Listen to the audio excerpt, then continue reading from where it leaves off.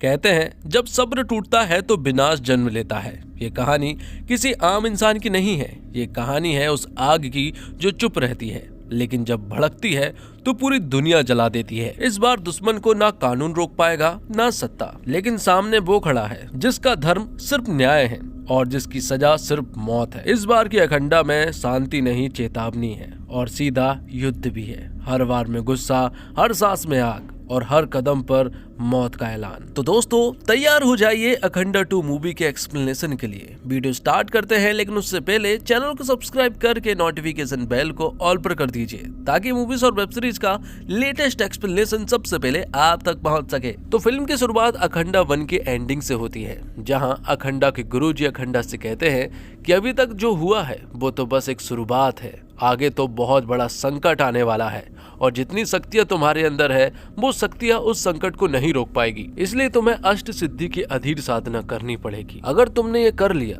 तो खुद भगवान शिव तुम्हारा साथ देंगे और इस विपत्ति से लड़ने में तुम्हारी मदद भी करेंगे। अखंडा कहते हैं कि जब बात देश और धर्म पर आएगी तो वो हर बार वापस आएगा और इस सिद्धि को करने के लिए अब वो पूरी तरह से तैयार है। गुरुजी ने यह अखंडा को पहले ही बता दिया था कि अष्ट सिद्धि की अधीर साधना इतनी आसान नहीं है, इसमें बहुत सारे संकट आ सकते हैं, लेकिन अखंडा को कोई फर्क नहीं पड़ता। अब कहानी कुछ साल आगे शिफ्ट हो जाती है, जहां हम देखते हैं चाइना के कुछ सोल्जर को जो कि भारत के नॉर्थ ईस्ट में अटैक कर देते हैं और वहां के बहुत सारे लोगों को बेरहमी से मार देते हैं। मालूम चलता है कि इस ऑपरेशन का हेड जो है वो एक जनरल नाम का बंदा है और वो जनरल बहुत ही ज्यादा क्रूर है। वो बस भारत को किसी भी तरह से खत्म करना चाहता है, इसके लिए वो कुछ भी कर सकता है। पता चलता है कि जनरल का बेटा भी पहले चाइना की फौज में था, लेकिन जब भारत से उनका युद्ध हुआ तो उसका बेटा जो है वो एक ही मुक्के में मारा गया। इसलिए जनरल के लिए अब ये बदला जो है वो पर्सनल हो चुका है। जब बेटे की मौत हुई तभी से जनरल ने कसम खा ली थी कि कुछ भी हो जाए वो भारत को खत्म कर ही रहेगा।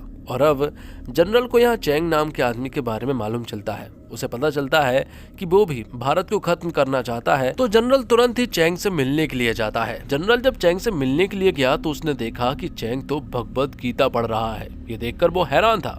तब यहाँ चैंग बताता है कि भगवत गीता में हर एक सवाल के जवाब हैं और अगर भारत को जवाब देना है तो एक बार तो सभी को भगवत गीता पढ़नी चाहिए। भारत को खत्म करने के लिए मैंने बहुत सारे उपाय ढूंढे हैं, बहुत सारे रोबोटिक सोल्जर और बहुत सारे वायरस भी बनाए हैं, लेकिन इन्हें सही समय पर इस्तेमाल करना होगा। अब आगे में पीएम ऑफिस की बैठक को दिखाया जाता है, जहां हमें मालूम चलता है कि इंडिया के साउथ के गाँव में कुछ लोगों पर बहुत ही ज्यादा जुल्म किए जा रहे हैं। दरअसल में उस गाँव को सिलेक्ट किया गया है नए मेडिकल कॉलेज और स्कूल बनाने के लिए, तो जो टीम सर्वे के लिए गई थी उसी टीम को लोगों ने पकड़ लिया है। वो लोग जो है वो बहुत ही खतरनाक है। तब उन्होंने एक आदमी को सिलेक्ट किया जो कि वहीं आसपास कहीं रहता है। उसका नाम है बालाकृष्णन, जो कि कलेक्टर है। सरकार तो वैसे यहाँ पर फौज को भेजना चाहती थी, लेकिन जब बालाकृष्णन आसपास ही है तो आखिरकार फौज को कैसे भेजे भला। बालाकृष्णन वहां पहुंचता है और उन सभी लोगों को बहुत ही बुरी तरह से पीटता है और जो टीम सर्वे करने के लिए गई थी उस टीम को भी बालाकृष्णन ने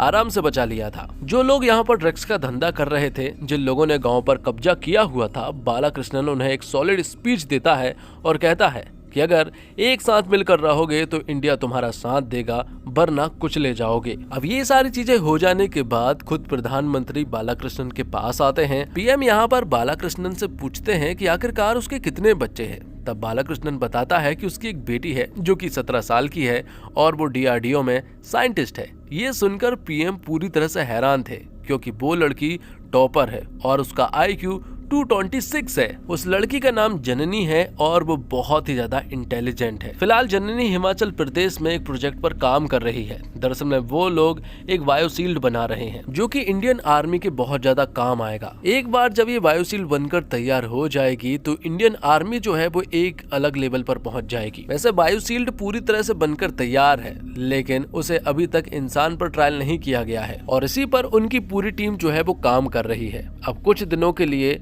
जननी जो है वो अपने घर आती है, क्योंकि उसका जन्मदिन था। वो अपने साथ अपनी मैडम को लेकर भी आई थी, जहाँ बालाकृष्णन उनका स्वागत करता है और उनकी बहुत ज्यादा देखरेख करता है। साथ ही हमें बालाकृष्णन की माँ को बताया जाता है जो कि बीमार है उन्हें भगवान से बहुत ज्यादा चिढ़ है। वो भगवान को नहीं मानती है क्योंकि उनके 2 बेटे थे, एक बालकृष्णन और दूसरा अखंडा। लेकिन उन्हें ऐसा लगता है कि भगवान ने उनके दूसरे बेटे अखंडा को छीन लिया है, इसलिए वो भगवान को हमेशा कोसती रहती है। यहाँ बालकृष्णन की माँ ने यहाँ बालकृष्णन से कहा था कि जब उसकी मृत्यु होगी तो उसको अंतिम अग्नि जो है वो अखंडा दे और तभी उसे शांति मिलेगी। लेकिन ये तो हो नहीं सकता, बालकृष्णन बहुत अच्छे से जानता है। अब आगे हम देखते हैं जनरल को, जो कि चैंग के साथ था। और चैंग यहाँ पर जनरल को एक ऐसा नाम बताता है जो कि भारत को अंदर से खत्म करना चाहता है और वो इंडिया का ही आदमी है। उसका नाम है अजीत ठाकुर, जो कि एक बहुत बड़ा पॉलिटिशियन है और फिलहाल की सरकार का विपक्ष का लीडर है। उसका सपना है प्रधानमंत्री बनना, लेकिन पिछले इलेक्शन में ये हो नहीं पाया। और इसी गुस्से में अब अजीत ठाकुर इस सरकार को बदनाम करने के लिए कुछ भी कर सकता है, कितने भी लोगों को मार सकता है, कितने भी लोगों पर अन्याय कर सकता है।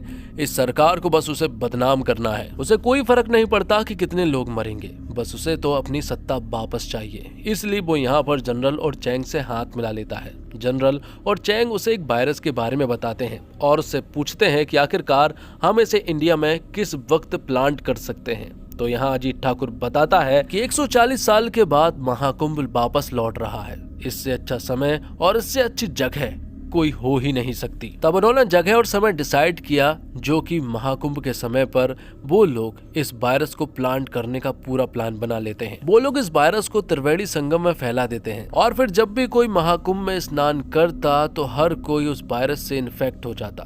तुरंत तो ये वायरस असर नहीं दिखाता है, लेकिन 1 घंटे के बाद इसका असर बहुत ही ज्यादा भीषण था। हर कोई बीमार पड़ने लगता है और बहुत सारी जानें जाने लगती है। ये बात अब सरकार तक पहुंच चुकी थी और सरकार के पास इसका कोई भी उपाय नहीं है। इस चीज का फायदा उठाकर अजीत ठाकुर जो है वो सभी लोगों को अपनी साइड कर लेता है और उन्हें सरकार के खिलाफ भड़का देता है। लोग भड़क भी जाते हैं, यहाँ तक कि वो भगवान तक को नहीं मान रहे थे। लेकिन डीआरडीओ के पास बायोशील्ड है। उन्होंने अभी तक इसे इंसान पर ट्रायल नहीं किया था, लेकिन ये बहुत ही सही समय था, इसलिए जननी जो है वो इस बायोशील्ड का ट्रायल करती है इंसान पर और ये काम कर रहा था। मतलब कि अब इस वायरस का एंटीडोट जो है वो इस बायोशील्ड से बना सकते हैं। सरकार को जब ये बात मालूम चली कि डीआरडीओ ने उस वायरस का एंटीडोट बना लिया है तो वो तुरंत ही उसे अपने पास लाने के लिए कहते हैं। लेकिन तभी उस लैब में हमला हो जाता है और वहाँ सारे साइंटिस्ट को मार दिया जाता है। यहाँ जननी और एक और फीमेल ऑफिसर बची हुई थी,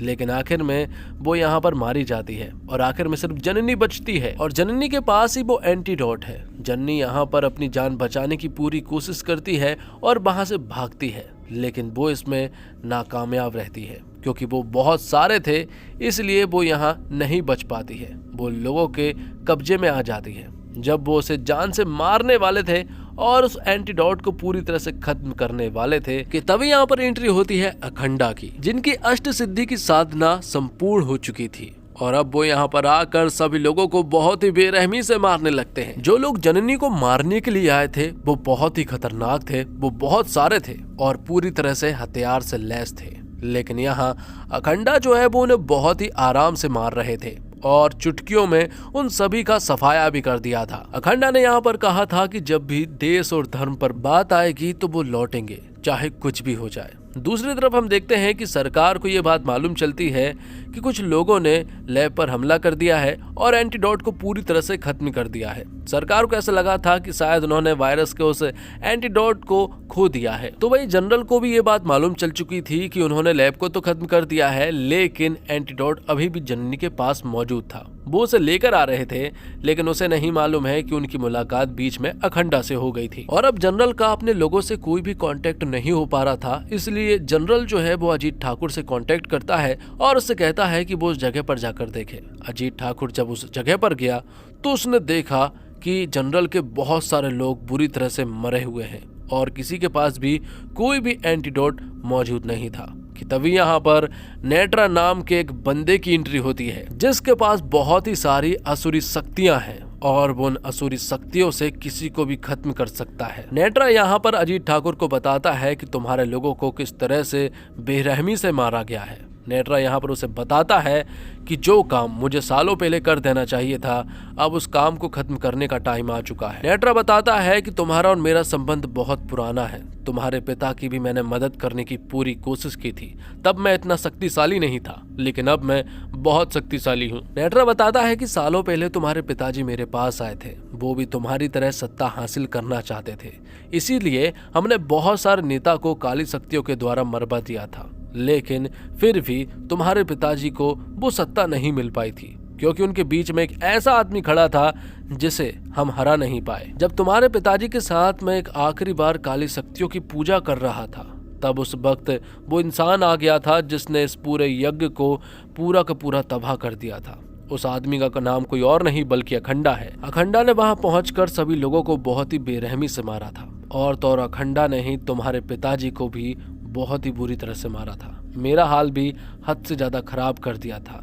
एक आंख निकाल दी थी और पूरा शरीर जो है वो खराब हो गया था। और फिर उसी वक्त से मैंने काली शक्तियों का अध्ययन स्टार्ट किया।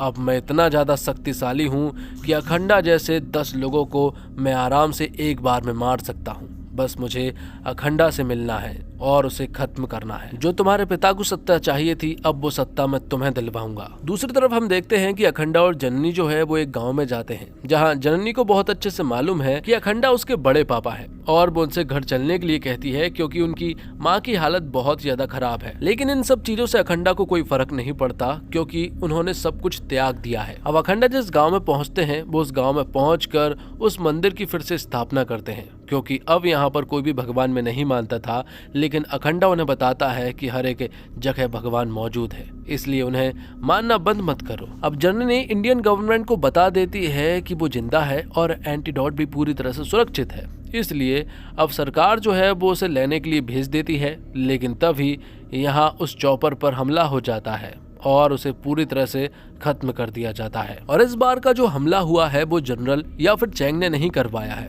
बल्कि इस बार का हमला जो है वो नेत्रा ने किया था, जो कि अब बहुत ज्यादा शक्तिशाली बनकर आया है। वो अखंडा से कहता है कि पिछली बार मैं कम शक्तिशाली था, लेकिन इस बार मैं तुझे आराम से मार दूंगा। लेकिन नेत्रा की ये सोच बहुत ही गलत थी, क्योंकि नेत्रा को ये बात नहीं मालूम है कि अखंडा ने अष्ट सिद्धि की साधना कंप्लीट कर ली है, और इसके बाद अब भगवान खुद उसका साथ देंगे। और अब यहाँ पर उनके बीच में जबरदस्त फाइट होती है। नेत्रा की बहुत बड़ी टीम थी जो कि यहाँ पर अखंडा के ऊपर हमला करते हैं, लेकिन अखंडा उन सभी को पिछली बार जैसे आराम से मारा था उसी तरह से बहुत ही आराम से मार गिराता है। और आखिर में जब नेत्रा से सामना हुआ तो नेत्रा को भी वो बहुत ही बुरी तरह से मार डालते हैं। तो अब नेत्रा का किस्सा तो यहीं पर खत्म हो जाता है। अब बार बार काली शक्तियों का अध्ययन करने की कोई जरूरत नहीं है। अब ये सारी चीजें हो जाने के बाद यहाँ पर जननी जो है वो अखंडा को बताती है कि दादी का देहांत हो गया है, और उनकी आखिरी इच्छा यही थी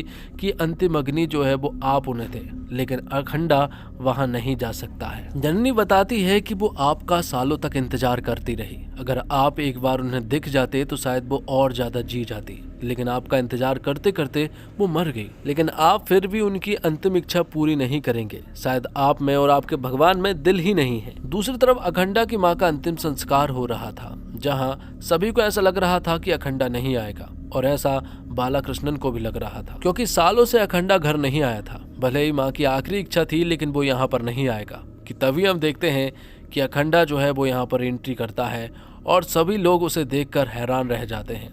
और यहाँ अखंडा आते ही अपनी माँ को अंतिम अग्नि देता है और तुरंत यहाँ से चला जाता है। तब हमें बताया जाता है कि जिस इंसान ने अखंडा की माँ को अग्नि दी है वो दरअसल में अखंडा नहीं थे, बल्कि वो साक्षात भगवान शिव थे। तब अखंडा की माँ की आत्मा बाहर आती है और वो यहाँ भगवान शिव से बात करती है। भगवान शिव बताते हैं कि तुम्हारा लड़का जो है वो मेरे लिए इतना सब कुछ कर रहा है, मैं तुम्हारे लिए इतना तो कर ही सकता था। दूसरी तरफ हम देखते हैं कि पूरी इंडियन गवर्नमेंट जो है वो अब अखंडा के पास पहुंच जाती है। अखंडा बताता है कि अभी ये युद्ध खत्म नहीं हुआ है, अभी तो ये युद्ध शुरू हुआ है। जिन लोगों ने ये सब कुछ किया है उन सभी लोगों को मैं मार कर रहूंगा, जिसे आप अपनी भाषा में सर्जिकल स्ट्राइक कहते हैं। कुछ मिनिस्टर्स कहते हैं कि अगर ऐसा हुआ तो युद्ध छिड़ सकता है, तो यहाँ अखंडा कहता है कि मैं युद्ध करने ही जा रहा हूँ और उन सभी लोगों को खत्म कर रहूंगा, क्योंकि उन लोगों ने मेरे देश और मेरे धर्म को खत्म करने की कोशिश की थी, इसलिए अब मैं उन्हें नहीं छोड़ सकता। उन्हें तो मौत की सजा ही मिलेगी। दूसरी तरफ हम देखते हैं कि जनरल और चैंग जो है वो यहाँ कैलाश पर्वत को खत्म करने की कोशिश में लगे हुए थे। जब वो उसे पूरी तरह से खत्म करने ही वाले थे मिसाइल के दौरान कि तभी यहाँ पर अखंडा पहुंच जाते हैं। वो यहाँ मिसाइल से उनके पूरे कैंप को उड़ा देते हैं। जनरल और चैंग के पास यहाँ बहुत सारे सोल्जर्स थे और उनके पास बहुत सारे हाईटेक हथियार थे जो कि किसी भी कंट्री को आराम से खत्म कर सकते हैं। उनके पास बहुत सारे रॉकेट लॉन्चर भी हैं जो कि सारी चीजें वो अखंडा पर चला देते हैं, लेकिन अखंडा अकेला ही उन सभी लोगों पर भारी था। आखिर में जब अखंडा ने सारे सोल्जर्स मार दिए तो अब जनरल जो है वो यहाँ पर रोबोटिक सोल्जर्स को बुलाता है जो कि बहुत ही ज्यादा खतरनाक है। इन्हें बनाने में उन्होंने बहुत सारा समय बिताया है और बहुत सारा पैसा भी खर्च किया है। जब उनका सामना अब अखंडा से होता है तो वो सारे रोबोटिक सोल्जर जो है वो अखंडा के ऊपर सख्ती मार देते हैं और अब ऐसा लग रहा था कि शायद अखंडा जो है वो मारा जाएगा, लेकिन तभी यहाँ पर अखंडा के अंदर एक विश्व शक्ति आती है जो कि इन सारे सोल्जर्स को मारने में कामयाब होती है। और फिर आखिर में अखंडा ने मिस्टर चैंग जनरल को मार डाला था और उसने अजीत ठाकुर को छोड़ दिया था क्योंकि अजीत ठाकुर अब समझ चुका था कि भगवान है और देश की सुरक्षा करना कितना ज्यादा जरूरी है। और इसी के साथ ये फिल्म यहीं पर समाप्त हो जाती है। तो दोस्तों उम्मीद करता हूँ आपको वीडियो पसंद आई होगी। वीडियो पसंद आई हो तो वीडियो को लाइक जरूर कीजिएगा और चैनल को भी सब्सक्राइब कीजिएगा ताकि आपको इसी तरह के लेटेस्ट और फ्रेश कंटेंट मिलते रहे। मिलते हैं और कमाल की वीडियो के साथ, तब तक के लिए आप हमारे चैनल के साथ बने रहिए। धन्यवाद। जय हिंद, जय भारत, जय श्री राम।